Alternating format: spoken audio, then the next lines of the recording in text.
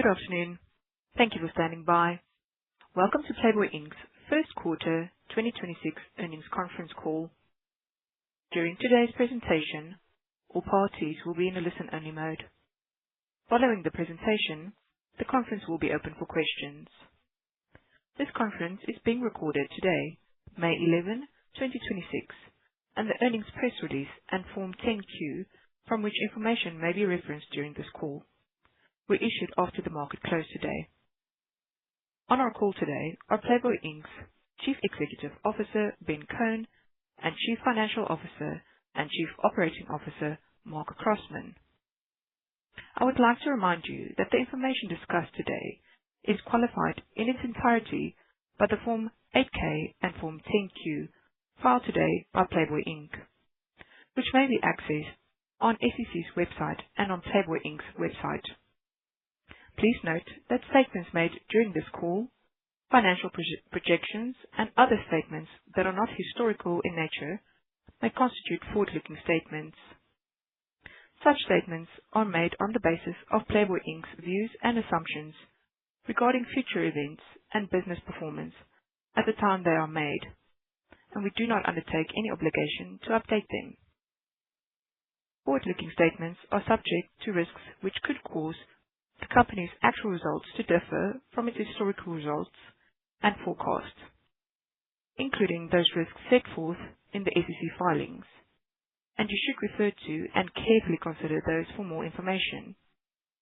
This cautionary statement applies to all forward-looking statements made during this call. Do not place undue reliance on any forward-looking statements. In addition, throughout today's call, the company may refer to adjusted EBITDA, a non-GAAP financial measure, which it believes provides helpful information to investors about the performance of the business on an ongoing basis. A reconciliation of adjusted EBITDA to its most directly comparable GAAP financial measure is included in today's earnings release, which is available on the Playboy Inc. Investor Relations website. At this time, I would like to turn the call over to Playboy's Chief Executive Officer, Ben Cohen. Ben, the floor is yours. Thank you, operator, and thank you to everyone for joining us today. Welcome to our first quarter 2026 earnings conference call. When we spoke in March, I told you 2025 was the year we largely completed Playboy's transformation into a focused, high-margin, asset-light platform focused on 4 verticals: licensing, media and experiences, hospitality, and Honey Birdette. I want to use my time this afternoon to walk you through what that platform produced in Q1 2026, because that was the quarter where that strategy showed up as visible, tangible progress across almost every part of the business, as well as why we're excited about meaningful growth going forward. Headline first, and then we'll get into the substance. Consolidated revenue grew to approximately $30.2 million, up from $28.9 million a year ago. Adjusted EBITDA was approximately $5 million, up 111% compared to the prior year, marking our 5th consecutive quarter of positive adjusted EBITDA. Excluding litigation expenses, adjusted EBITDA would have been approximately $5.8 million. We closed the UTG China transaction, paid down $15 million of debt, reducing our gross debt to $145 million, and plan to further delever by almost $37 million more from future UTG payments, which will bring our net debt well below $100 million. Honey Birdette grew top line double digits with full price sales accelerating, gross product margin expanding, and adjusted EBITDA margins continuing to improve. Given the operational improvements and part of our larger business plan, we have also started terminating or non-renewing licensees that do not fit with that plan, so that we may bring on fewer and bigger licensees that better fit the Playboy brand. During Q1, we made key hires to reinvigorate our growth. David Miller joined as President of Media and Brand, and Philip Picardi joined as Chief Brand Officer and Editor-in-Chief. David has taken direct ownership of the consumer-facing platform, the website, the media and experiences business, and the day-to-day alignment between content, commerce, and licensing. Philip is reshaping the editorial voice of Playboy, journalism, photography, and cultural authority at a level the brand has not operated at in a long time. The clearest proof point is Philip's first issue, the Spring 2026 magazine. Our cover star was Karol G, one of the most followed artists in the world with more than 70 million Instagram followers. We generated more than 3 billion media impressions, over 40 million video views across social platforms, and the earned media value was in the tens of millions of dollars. The issue puts Playboy back at the center of culture, speaking to the value the magazine brings to the company. This is not a one-off. We have 2 other major celebrity covers lined up following Karol G, and our editorial calendar for the balance of 2026 continues to get stronger by the day. When artists of this caliber and the photographers, stylists, and writers who work with them actively want to be on the cover of Playboy, that tells you the brand health is real. And practically, it is the engine that pulls audience onto our platform and the value into our licensing conversations. Under David's leadership, we launched a preliminary subscription offering for both digital and print content, executing on the architecture we have been describing to investors for more than a year. Free content drives top-of-funnel audience, premium content, and member experiences sit behind the paywall. We will continue to add utility, event access, exclusive drops, community features as we scale Playboy.com through the balance of 2026. Building upon our first paid voting contest, the Great Playmate Search, which drove more than 1.7 million votes from over 17,000 contestants, we recently launched our next model search contest, a collaboration between Playboy and Honey Birdette. This is the second paid voting contest we have taken to market. It is a brand collaboration between our 2 largest assets, and the winner becomes the face of a global advertising campaign and is featured in the Playboy Quarterly magazine with a $100,000 prize. It is also a revenue and audience engine. Every vote is a paid engagement. Registration runs through June 8th, and voting closes July 31st. 2 weeks into the contest registration, we are on track to exceed 30,000 contestants, a significant improvement from our last contest. Paid voting has the potential to become a real revenue lever for us. We will continue to layer it into additional programs throughout the year. Now that UTG has closed and our balance sheet is in a good place, we are proactively optimizing our rest of the world licensing business, not renewing off-brand licensees and creating new white space as we align our content strategy with our licensing business under David's leadership. This continues the strategy we have been describing. Fewer, bigger, high-quality partners focused on a consistent global brand. With Q1, Honey Birdette has now delivered 6 consecutive quarters of double-digit brick-and-mortar comparable store sales growth, and 4 consecutive quarters of combined brick-and-mortar and online comparable store sales growth. Valentine's Day 2026 was Honey Birdette's best yet. The multi-piece full-price set strategy is working. Our Valentine's assortment all drove record average order values, or AOV, weeks. Our Honey Birdette Club loyalty program, which we launched in mid-October, has now crossed 110,000 members. And in early Q2, the Addison Leopard launch has already set the tone, our best performing launch of 2026 so far. The U.S., now Honey Birdette's largest market, led the quarter. Retail and online both expanded, and the U.S. store base was nearly unanimously positive on a like-for-like basis. The U.S. economics are clear. U.S. stores are meaningfully more productive and profitable than their counterparts in any other region, with four-wall adjusted EBITDA margins at approximately 40%.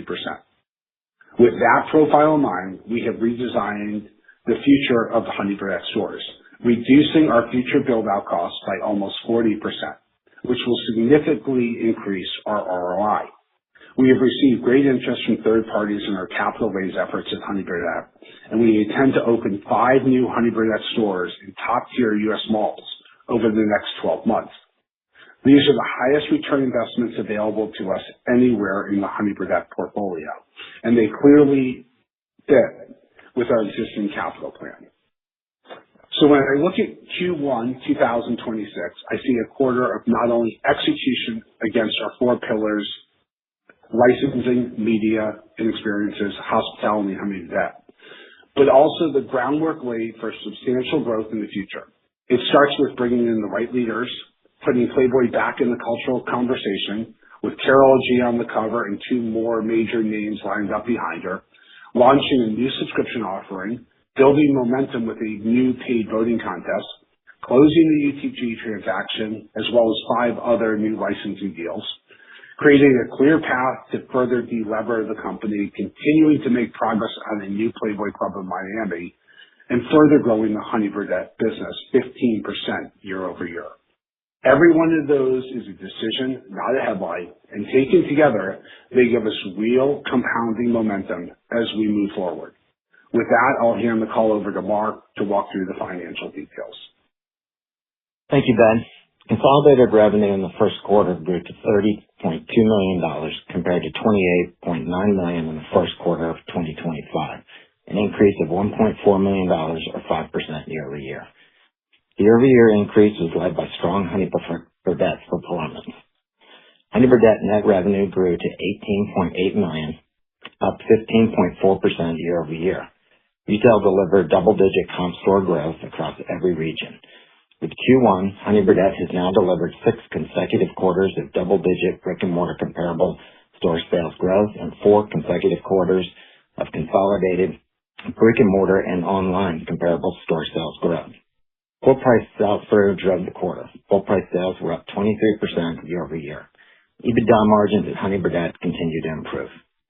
I'd like to spend a moment on the U.S. specifically because that is where we see the most attractive incremental return on capital. Our U.S. stores are running at approximately twice the sales productivity of the rest of our portfolio of stores and approximately 3 times the per store profitability.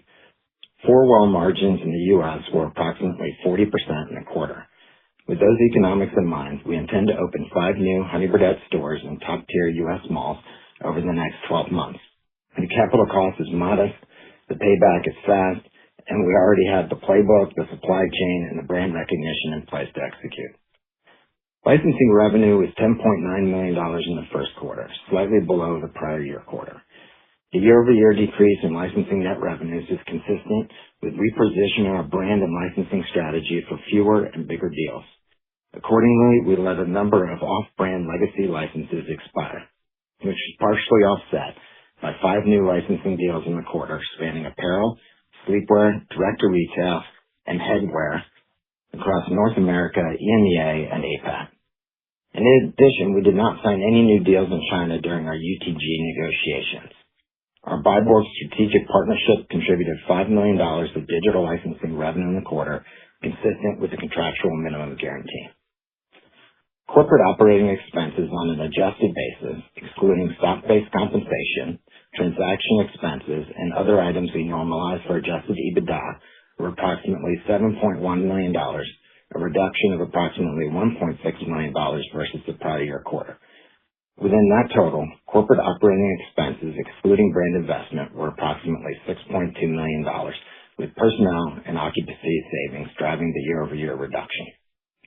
The remaining approximately $900,000 represents direct investment in the Playboy brand, the magazine, editorial, and the consumer platform. We view that spend as an investment, not overhead. Net loss for the quarter was $4 million, or 3 cents per share, which included $3.5 million of transaction expenses related to the UTG deal, compared to a net loss of $9 million, or 10 cents per share in the first quarter of 2025, an improvement of approximately $5.1 million year over year. Adjusted EBITDA for the first quarter was $5 million, an increase of $2.6 million versus the prior year quarter. This represents our 5th consecutive quarter of positive adjusted EBITDA. Excluding litigation expenses, adjusted EBITDA would have been $5.8 million. On the balance sheet, we ended the quarter with approximately $34.7 million in total cash, including restricted cash. Total debt was $144.9 million, down from $159.9 million at year-end 2025, reflecting the $15 million paydown from the initial UTG proceeds following the close of that transaction on March 20th. That concludes our prepared comments. With that, operator, let's open the line for questions.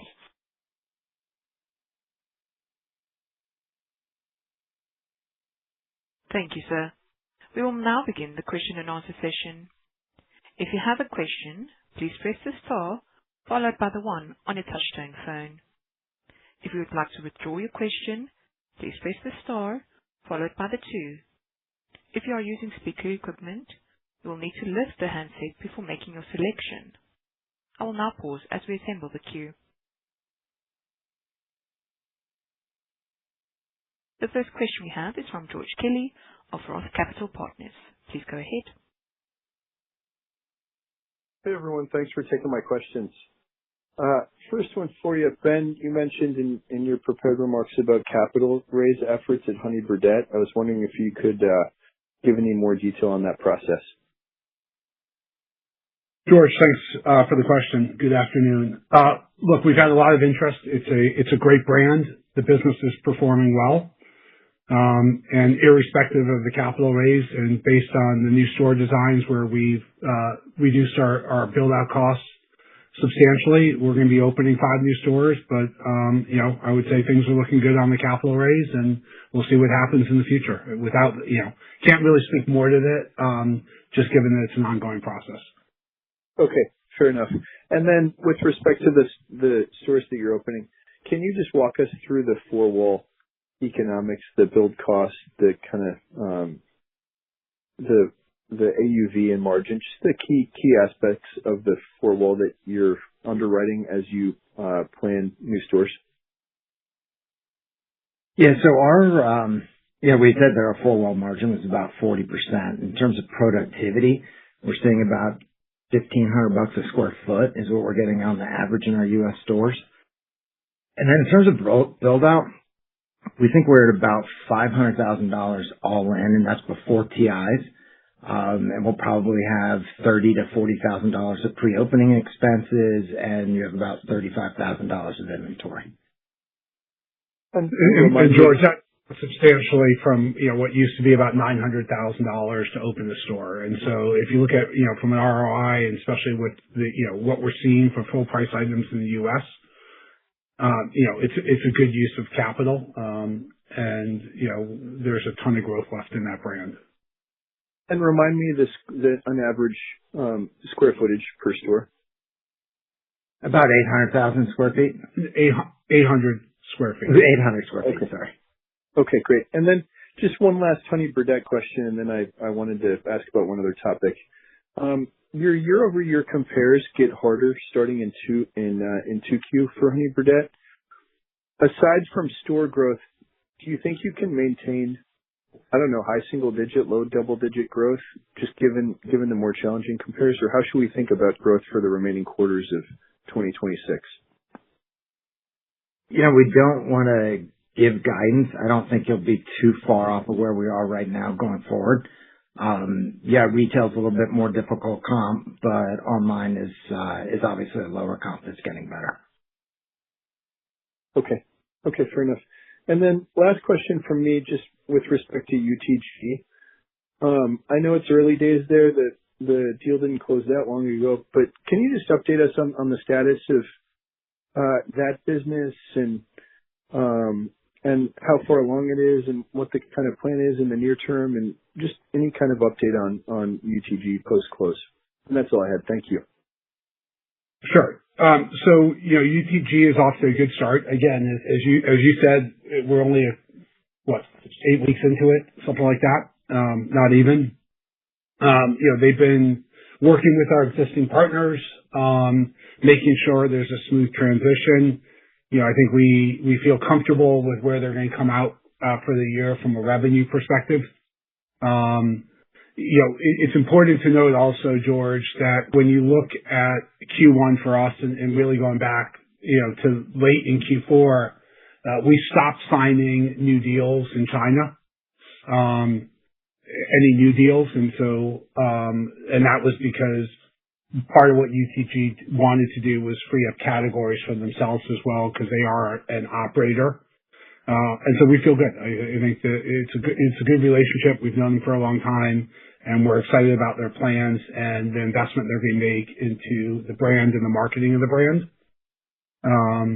And so, I think China's in the best place it's been in years. We're actually making progress also on our recovery of the litigation award that we won last year. So we finally got through the Chinese courts, and they're helping us begin the enforcement action against our former partner.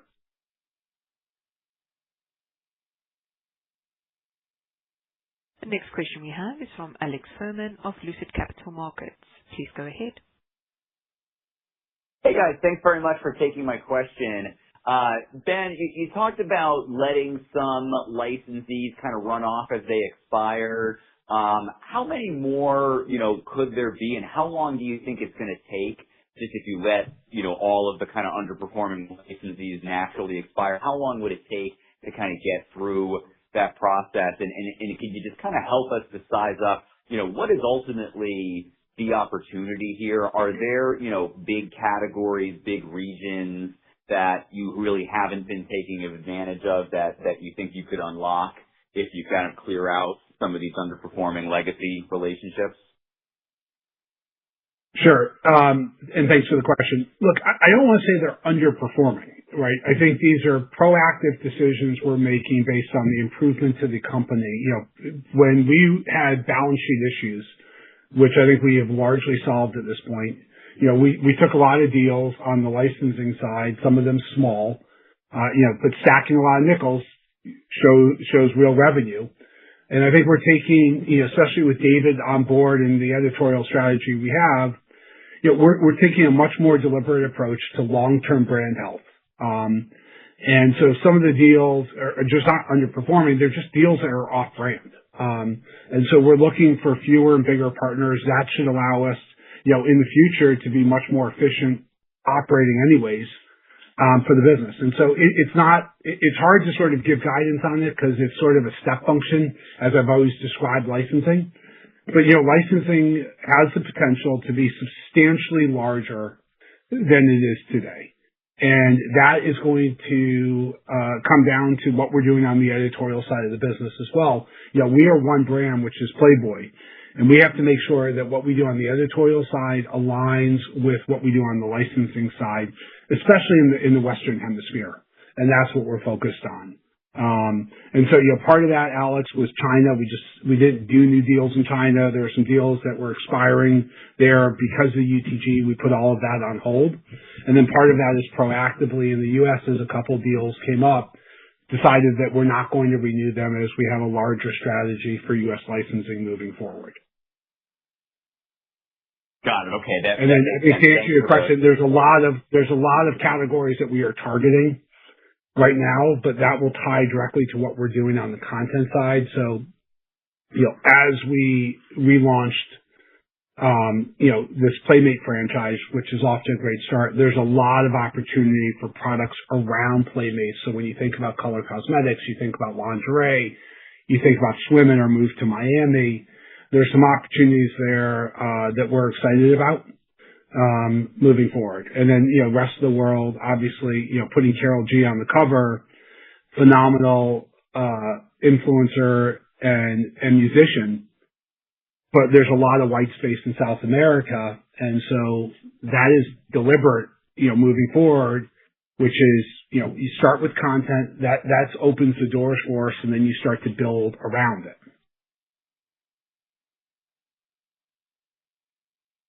Yep. That makes sense, Ben. Thanks for that. And then you mentioned paid voting, some pretty big early numbers there. Can you talk about how profitable that business is and how big that could get for you?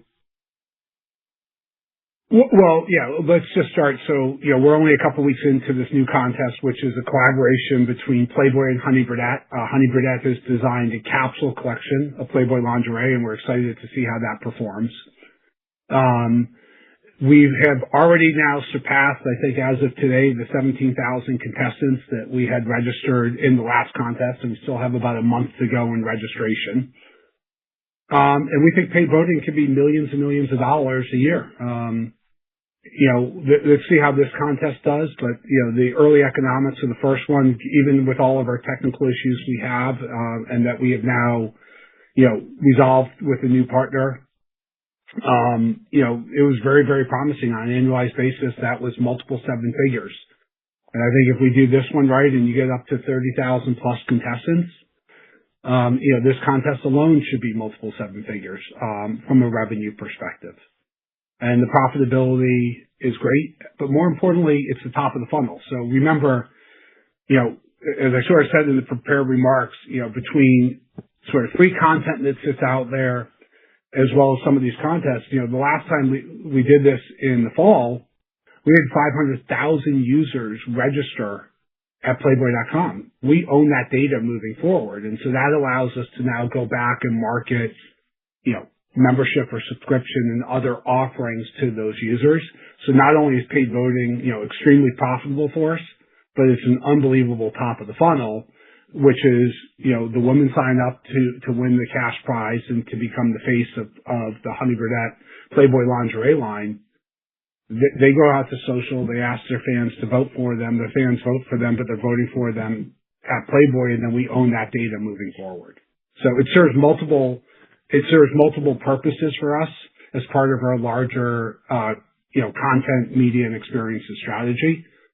And we're excited to see how the Playboy Honey Birdette line performs as well. Great. That's really helpful. Thank you very much. Thanks, Alex. The next question we have is from James Heaney of Jefferies. Please go ahead. Yeah, great. Thank you, guys. Ben, can we just get an update on the success that you're seeing with the magazine? I mean, obviously you've generated a lot of hype with the Carol G cover, so we'd just be keen to hear about that release and how it's driving halo effects and traffic into your digital properties as well. Yeah, James, thanks for the question. Look, obviously Carol G is a huge name, but most importantly, we have two other huge names lined up behind her for the balance of this year. And the conversations we're having with talent, I would say, are getting easier and easier. As far as traffic, we launched what I would say is a very preliminary membership or subscription with the Carol G cover. We have a lot of learnings from it, but very pleased with the initial results of the number of people that have subscribed. Actually, a little bit shocking that in some of the earlier things we did, we saw more people subscribe for print. This one, we're actually seeing a lot of people subscribing for digital. The print magazine sold out, as I think we said, within the first day online. So wish we had more because we obviously left some on the table there. And the sell-through at newsstand was very, very strong as well. And that's all part of our top of the funnel, right? It's getting those names to drive traffic that we then drive into a paid wall situation moving forward. So without getting into specific numbers yet, because it's still really early and we have a lot of learnings, but very encouraged by the early results. And we're seeing the same thing with Playmates, right? Launching Playmates on a monthly basis on social and then getting them to drive to see their galleries behind the paywall at Playboy.com is also showing, positive, very positive results and something that we've learned a lot from. And as I've said before in previous calls, everything with us is now about testing and then iterating. We will continue to put resources behind things that are working and won't put resources behind things that aren't working. But early on, what we're doing on the media side, especially with Philip and David now on board, are very promising sides for a lot of growth in the future. Yeah, that's great. And maybe just one for Mark. Was hoping you could talk about some of the OpEx levers that you continue to see in the business. I mean, you've done a great job taking out OpEx over the last year. Particularly, I think sales and marketing was strong. But interested kind of where you see potential for additional cost savings going forward. Yes, I think and thank you for the question, but I think we have a lot of room in, the tech space, with our tech stack. We're integrating AI throughout the company. We're finding that to help just on an overall basis bring costs down. In addition to that, there are probably a few other things we can do that we probably shouldn't be talking about. But it's, like I said, there are still levers there and we'll continue to pull them. Great. Thank you. Ladies and gentlemen, we have reached the end of the question and answer session, and I would like to turn the call back to Ben Cohen for closing remarks. Thank you, operator, and thank you to everyone for joining us today. Q1 was a quarter of visible execution across all four pillars. Revenue growth, our fifth consecutive quarter of positive adjusted EBITDA, the closing of the UTG transaction, and continued double-digit growth at Honey Birdette. As we move through the balance of 2026, we remain focused on disciplined capital allocation, putting Playboy back at the center of culture, and further delevering the balance sheet. We appreciate your continued support and look forward to updating you on our progress in the months to come. If you have any further questions, please feel free to reach out to our IR firm, MZ Group, who would be happy to answer them. Thank you, and we look forward to talking to you on the Q2 call. That concludes today's conference. Thank you for joining us. You may now disconnect your lines.